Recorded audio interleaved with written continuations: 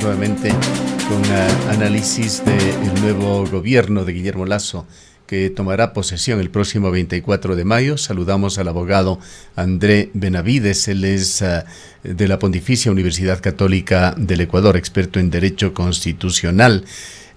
Quisiéramos, al tiempo de dar la bienvenida, abogado Benavides, su criterio sobre algunos de los temas que ha hecho público ya el nuevo presidente elegido de Ecuador, Guillermo Lasso.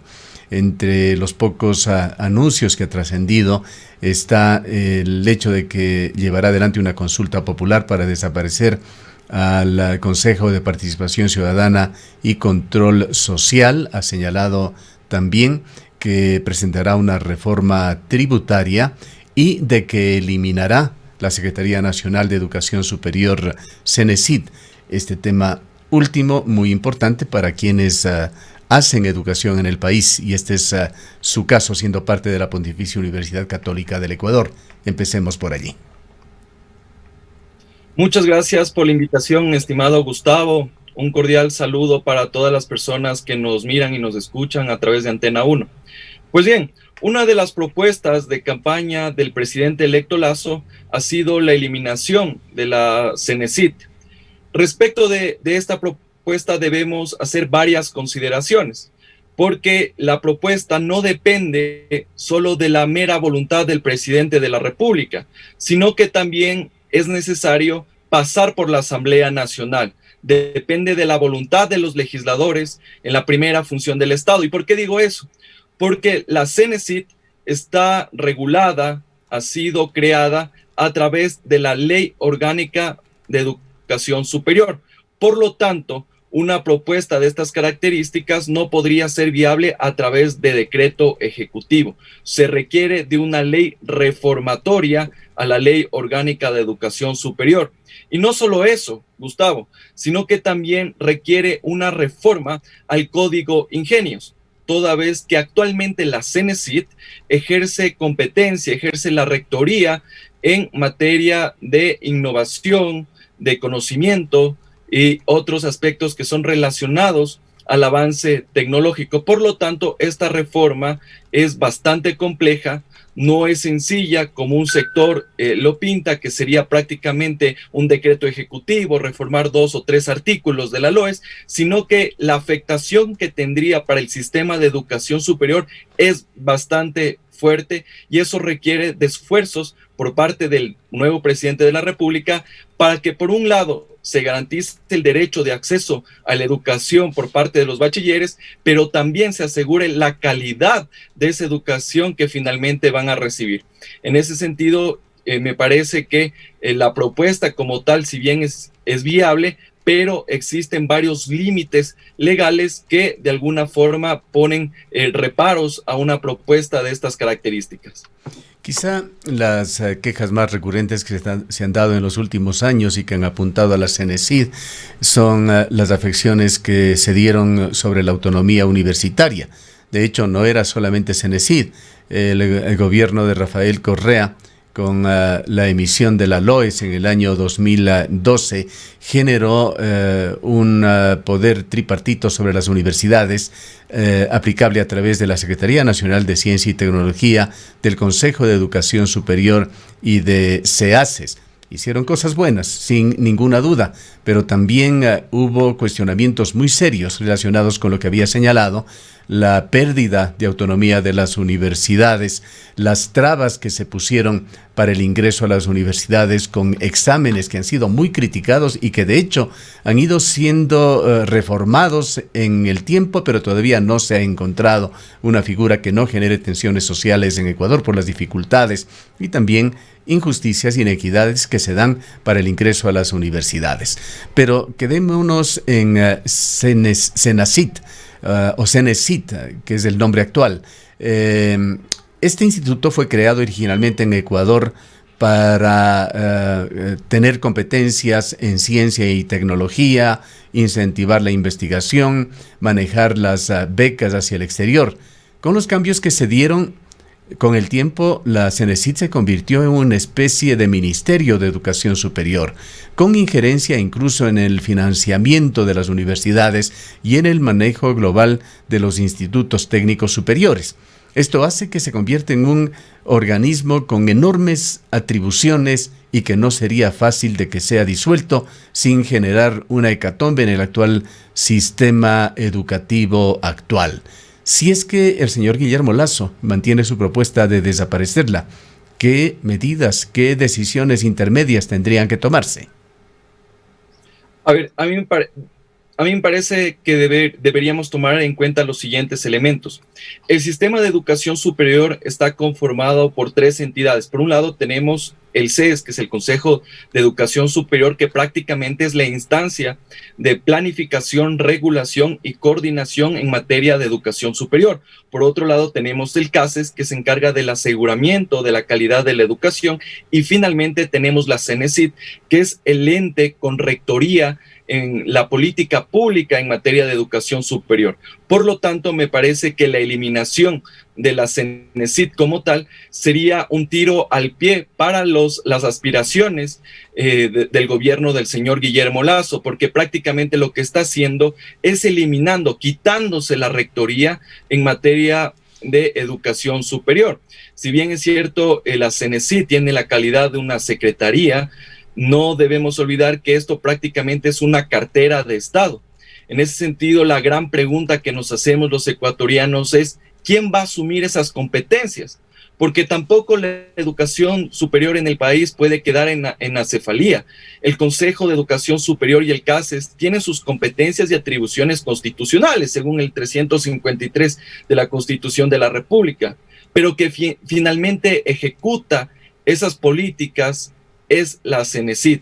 Por lo tanto, es importante que estos cambios que se pretenden hacer no sea, por un lado, un cambio de membrete al modificar el nombre de la CENESID y se le ponga otra denominación. Capaz se le puede hacer un ministerio, por ahí se podría hacer tal vez un viceministerio dentro del Ministerio de Educación que actualmente tenemos, pero creo que hay que tomar en cuenta todos estos elementos porque finalmente se va a ver afectada, por un lado, el sistema de educación superior y por otro lado, la ejecución de todos esos proyectos, programas y la política pública que finalmente va a tener repercusión en las universidades, en los institutos y por supuesto en los estudiantes. De ahí que respecto a la prueba que para el ingreso a las universidades, que vendría a ser esa justificación para pedir la eliminación de la CENESID, yo considero que la prueba como tal está regulada en la Ley Orgánica de Educación Superior y podría ser una de las posibles alternativas hacer una reforma a la LOES en la cual se establezcan otros criterios que permitan un acceso, garanticen el acceso a las universidades de los jóvenes que están saliendo de los colegios. Por otra parte, pensaría que una de las medidas inmediatas que no requieren, por ejemplo, de un proyecto de ley, de una ley de la República, podría ser que el Consejo de Educación Superior y la CENESID coordinen esfuerzos y reformulen la metodología existente para el ingreso, para la admisión a las universidades, porque también esto es un requisito que ha establecido la Ley Orgánica de Educación Superior. De ahí que es interesante también tomar en cuenta que, como ya lo hemos comentado, que la CENESID no solo se encarga el tema de educación superior, sino que tiene competencias en otros ámbitos. Y ya hacíamos referencia al Código Ingenios. Prácticamente la eliminación de la CENESID causaría un efecto negativo, pensaría yo, respecto a la política pública que se está formulando y ejecutando en materia de conocimiento, innovación, tecnología. Por lo tanto, creo necesario también advertir que esta reforma, esta posible reforma a la Ley Orgánica de Educación Superior debería considerar otros elementos adicionales más allá del membrete o las competencias de la CENESID o la prueba. Es momento también de pensar en fortalecer la educación superior en nuestro país y se pueden hacer cambios estructurales en la ley, cambios estructurales en el sistema y es una buena oportunidad para garantizar, por supuesto, el derecho de los estudiantes y también la calidad de la educación. Desde el punto de vista de la campaña electoral que ya terminó el pasado domingo, pero que se encuentra aún más fresca, de aquellas ofertas que tienen efecto en las grandes masas de ecuatorianos, que tuvieron efecto seguramente en muchos votantes por el señor Guillermo Lasso. Uno de los aspectos más cautivantes de esa oferta de desaparecer la Cenecit tenía que ver con el libre ingreso a las universidades. ¿Es esto factible en Ecuador, un auténtico libre ingreso de todos los jóvenes que aspiran a la universidad? Y de ser así, ¿cómo debería operativizarse? A ver, yo considero que el Estado debe garantizar un acceso a las universidades, pero no debe ser un acceso tan, llamémoslo así, tan fácil, tan sencillo, sino que deben cumplirse ciertos parámetros, como lo indica actualmente la Ley Orgánica de Educación Superior. Creo que una de las deficiencias que actualmente existen es que ese examen no se ha ajustado a la realidad y a la necesidad que tienen los jóvenes ecuatorianos. Y ya una vez admitido, es inadmisible, por ejemplo, Gustavo, que un joven que estudia, por ejemplo, que ha sido admitido en una universidad y que vive en la provincia, qué sé yo, de Carchi, se le mande a estudiar a una universidad en Quevedo, en Babahoyo o en otras provincias del país, lo cual afecta evidentemente su calidad de vida, su calidad de estudios, repercute en esas relaciones familiares que tiene. Y finalmente vemos que ese estudiante, al verse en una situación bastante compleja, termina saliendo de la universidad, termina desertando la universidad, y lo cual genera que existan más jóvenes en una situación de desempleo, en situación de una no formación académica, lo cual repercute en su proyecto de vida. Entonces, yo llegaría a las siguientes dos conclusiones. La primera es que no debe existir un libre acceso a la universidad de manera discrecional y arbitraria, sino que deben existir ciertos requisitos, ciertos elementos que permitan filtrar este tipo de acceso a la universidad. Recordemos, doctor Benavides, que anteriormente, antes de que venga esta reorganización de las universidades en el marco del gobierno de Rafael Correa, había el libre ingreso en las universidades, pero era un libre ingreso de alguna manera también discrecional. Las propias universidades tenían sus sistemas de autodepuración. Algunas tenían una especie de examen de ingreso, otras tenían diseñados propedéuticos, periodos de 4 a 6 meses en los que se preparaban los estudiantes y también tenían que aprobar algún tipo de examen, y otros simplemente ponían tamices, filtros, para en un periodo de entre 18 meses hasta 1 año y medio ir depurando esa gran masa de estudiantes que ingresaban a cada una de las facultades universitarias y que vayan quedando la cantidad de gente que debía quedar por temas de carácter académico, de capacidad de los estudiantes y de capacidad también de manejo económico y de calidad de las universidades. Así es, a mí me parece que, si bien es cierto, anteriormente existían este tipo de filtros, como usted lo manifiesta, Gustavo, estos tamices, creo que también es importante tomar en consideración varios aspectos prácticos. O sea, la oferta, la demanda, no, si bien es cierto, puede sobrepasar a la oferta. Eso no significa que, por ejemplo, yo dé libre acceso a la universidad a 1,000 estudiantes, cuando en realidad yo tengo una capacidad para 500 plazas. Entonces, eso evidentemente va a generar problemas tanto para las universidades públicas y privadas. Si bien es cierto, considero que deben existir algunos requisitos, algunos filtros, pero que evidentemente, como ya lo he manifestado, se ajusten a la necesidad, a esas expectativas, a la realidad que tienen los ecuatorianos. Y yo creo que más bien las reformas que se pretendan impulsar por parte del presidente electo Lasso deberían también ir encaminadas en ese sentido, principalmente a ajustarse a la realidad que tiene el pueblo ecuatoriano. Su opinión con respecto al tema de la investigación.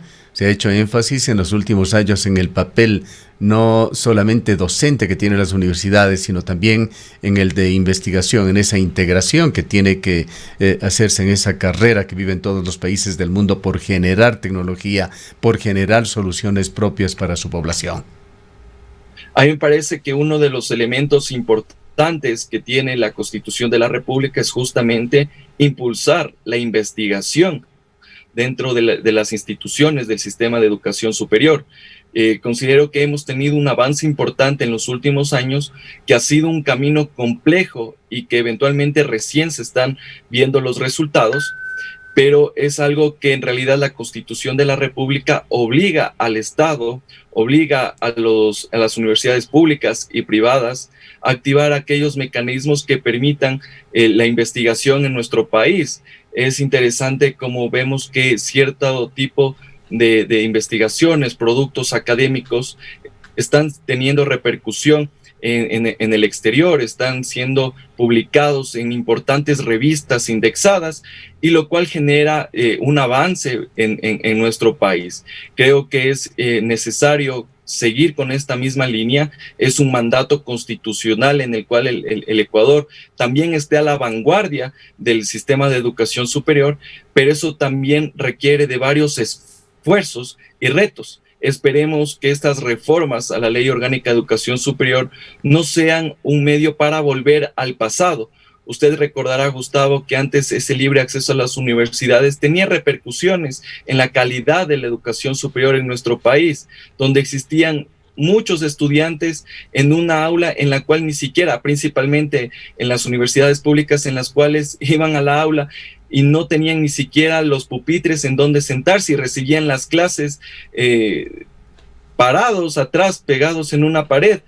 También recordaremos que existían las universidades de garage, en las cuales muchas personas simplemente pagaban su matrícula, la colegiatura, y recibían un título académico, y finalmente esas personas, por la falta de preparación, por no tener esa suficiente limitaciones, terminaban no ejerciendo su profesión. Ya veíamos a personas que tenían títulos de ingeniero, de médicos, que terminaban manejando un taxi, haciendo oficios diferentes a los cuales no respondían la profesión a la que habían estudiado.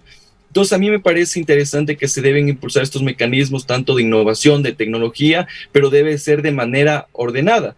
Una de las últimas reformas que se hicieron a la Ley Orgánica de Educación Superior fue justamente fortalecer esa educación técnica. Es importante que muchas personas no tienen, por ejemplo, los recursos, no tienen los medios para acabar una carrera universitaria, pero eso no les impide que puedan seguir una carrera técnica que finalmente va a ser un título y que les va a permitir ejercer sus capacidades, poder trabajar en un ámbito en el cual pueden ser bien remunerados. Yo creo que también es importante fortalecer el ámbito del estudio de las carreras técnicas. Quizá una reflexión que tenemos que hacer todos los ecuatorianos tras un año de esta complejísima situación de la pandemia y relacionando esto con los avances en la investigación aquí en Ecuador, es cuál ha sido el aporte de los ecuatorianos, de científicos ecuatorianos, de estudios científicos que se hayan generado en temas tan recurrentes hoy en día como el de innovación en respiradores, en tratamientos para la COVID-19, en estrategias de salud pública, en el tema de las vacunas. Es un tema aún inconcluso, pero que habrá que evaluarlo para saber si en forma efectiva, en términos de investigación práctica, la Academia Ecuatoriana está aportando adecuadamente, está evolucionando adecuadamente. Pero eso creo que es un tema que lo iremos evaluando en el largo plazo, abogado Benavides. Concluyamos también, sin perjuicio de que pueda referirse a lo que acabo de señalar, o con su criterio sobre la consulta popular propuesta por el señor Lasso para desaparecer el Consejo de Participación Ciudadana y Control Social. A ver, hay que tomar en cuenta ciertos aspectos respecto de esta consulta popular para eliminar el Consejo de Participación Ciudadana. La Corte Constitucional ya se ha pronunciado respecto a cuál sería la vía para eliminar el Consejo de Participación Ciudadana. Y estamos claros que la vía no es una consulta popular, sino una reforma parcial a la Constitución. ¿Y qué supone una reforma parcial a la Constitución? Supone que debe pasar por la Asamblea Nacional. Esta propuesta debe ser debatida en el Pleno de la legislatura en 2 ocasiones y ser aprobada. Y posteriormente, una vez que la Asamblea Nacional haya aprobado esta reforma parcial a la Constitución, debe ir a un referéndum ratificatorio. Es decir, que los ecuatorianos compareceremos a las urnas para determinar si es que efectivamente estamos de acuerdo o no con esta propuesta de reforma parcial a la Constitución. Por lo tanto, una consulta popular, de acuerdo a los dictámenes que ha dispuesto la Corte Constitucional, estaría proscrito. Por lo tanto, una consulta popular no sería viable y el camino adecuado sería la de reforma parcial a la Constitución. Debe pasar por la Asamblea Nacional y posteriormente en un referéndum ratificatorio, aprobatorio, el pueblo será cuestionado, preguntado si es que está de acuerdo o no con esta reforma a la Constitución de la República. Muchas gracias por sus valiosas opiniones y por habernos atendido, abogado Benavides. Muchas gracias, estimado Gustavo. Un cordial saludo para todos. El abogado André Benavides se pertenece a la Pontificia Universidad Católica del Ecuador y es un experto en Derecho Constitucional.